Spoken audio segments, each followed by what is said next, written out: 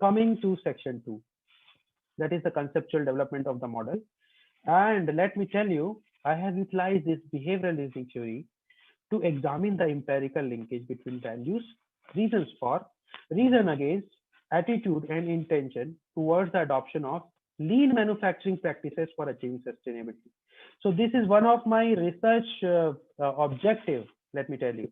And in that research objective, you can see that I have used the theory which I have been explaining since the morning, and I have utilized it in operations management context. Although you do not might not be understanding what is lean manufacturing practices, right? But you can see that how I have utilized the theory which were being used in the marketing literature, in the IT literature, but which were not used in the operations management literature, but I have used this, right? So for that, we generally do a questionnaire, and we for that we have also done the open-ended interviews to understand what are the reasons for and what are the reasons against for adopting the lean manufacturing practices. And we measured on a perceptual scale, Likert scale of 5 point. And this questionnaire was framed in both English and Hindi language. And as you can see, these are the variables. I measured values through power, right? And the reasons for were measured through environmental sustainable performance, economic sustainable performance, and social sustainable performance. And reason against, as you can see, these are the constructs of innovation resistance theory. So this is what I was talking to you about, right? As you can say, attitude was measured again from the standard scale from Beck and Exen. And here is the model. See, this is the model adopted through Claudian et al.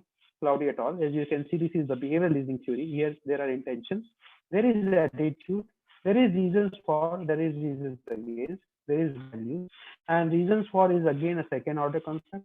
Reason against is again a second order construct, which is measured or captured through innovation resistance theory constructs. So this is how you use this theory, right? So in your domain also, you have to think how you can, utilize this theory. And let me tell you, this has again published in the A category journal, and this is quite reputed. It is ABS3, and it has recently come online on the 5th of this month. And finally, how to write a paper in good quality journal, right? So one thing, develop a habit of reading. My 2 cents on this is you have to develop a habit of reading. Right? There is no substitute for this. If you are not reading, you will not understand how to write a paper, what type of language they use. We use most of the journals use passive language. Very few journals use active language, right? So these type of things you will get to understand once you develop a habit, and unconsciously you will be able to understand, okay, if I want to write abstracts, so these are the things which should definitely be present in the abstract section, and these are things which should definitely be present in the introduction section. So, and that you will understand only and only through reading good quality papers published in good quality journals. Don't read those which has been published in low category journals, because they will not able to capture all those elements which are required to publish the papers in A star or A category journal, or even for the B. And let me tell you, the other thing which is very much important for is develop a habit of daily writing, right? Why I am saying develop a habit of daily writing? You need not have to write 1,000 words. At least try to write 250 words. 250 words is very much easy to write.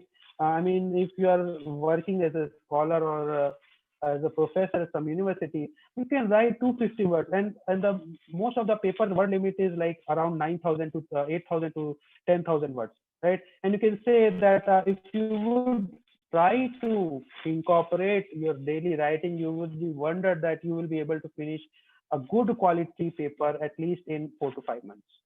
And this is how you can develop a habit. And practice is important. There is no substitute. And for this, you can see this, the role of deliberate practice in the acquisition of expert performance. So this Erickson and Krampe and Romer, right? You can see the citation, the number of citations. So they have told if you practice a lot, and they have done an extensive research and published that they say scientifically, if you deliberately practice on writing regularly, then you will be able to achieve those competencies which are required to publish the paper in good quality journal. But there is no substitute to practice, so you must practice. And this is how I will put end to my voice. I hope you enjoyed my session, and I am open to the questions in the chat box. You may again send it, and the organizer may open the chat box if they have any questions, or Professor Neeraj can take further from here. Thank you.